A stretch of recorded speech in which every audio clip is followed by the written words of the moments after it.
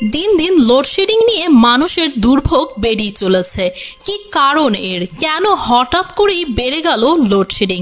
আদানির বিদ্যুৎ কি বাংলাদেশ আর পাচ্ছে না? বকেয়া কত? কিভাবে হতে পারে এই বিদ্যুতের সমাধান? এই নিয়েই থাকছে নো দাইসেলফ 360-তে এর বিস্তারিত।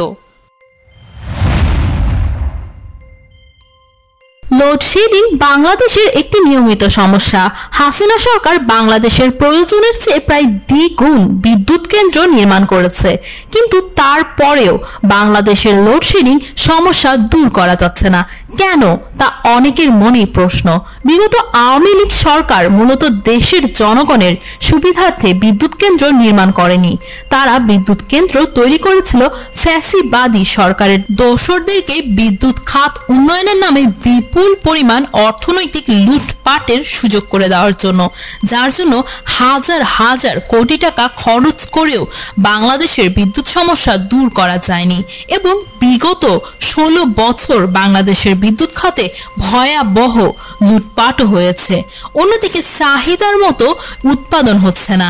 ডলার সংকটের কারণে জ্বালানি সরবরাহ না থাকায় উৎপাদন কমেছে বিদ্যুৎ কেন্দ্রগুলোতে।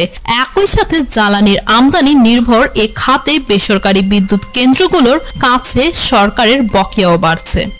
মজার কথা হচ্ছে, দেশে বর্তমানে উৎপাদনের সক্ষমতা প্রায় 27,000 মেগাওয়াটের বেশি। তা সত্ত্বেও চাহিদা 16,000 মেগাওয়াটের কম।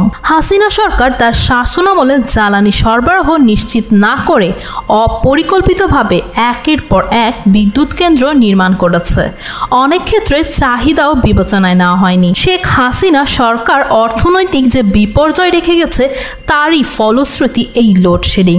ফলে অন্তর্বর্তী সরকারকে অগ্রাধিকার ভিত্তিতে বিদ্যুৎ খাতে সম্পূর্ণ টাকা দেওয়া সম্ভব না হলেও যতটুকু টাকা দিয়ে সরবরাহ বজায় রাখা সম্ভব ততটুকু দেওয়া উচিত।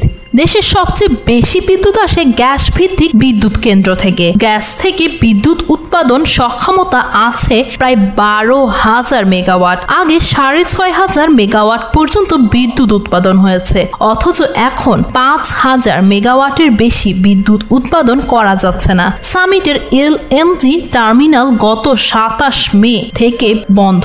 যান্ত্রিক ত্রুটির কারণে বন্ধ হয়ে গেছে বড়পুকুরিয়া বিদ্যুৎ কেন্দ্রের সব ইউনিট। ভারতের ঝাড়খণ্ডে নির্মিত আদানির বিদ্যুৎ কেন্দ্র থেকে সবচেয়ে বেশি বিদ্যুৎ সরবরাহ করা হয়। দিনে 1,500 মেগাওয়াট পর্যন্ত বিদ্যুৎ সরবরাহ ছিল, কিন্তু বকেয়া পরিশোধ না করায় এখন 1,000 মেগাওয়াট বিদ্যুৎ সরবরাহ করছে তারা। এভাবে চলতে থাকলে লোডশেডিং এর সমস্যা বাড়বে বই কমবে না।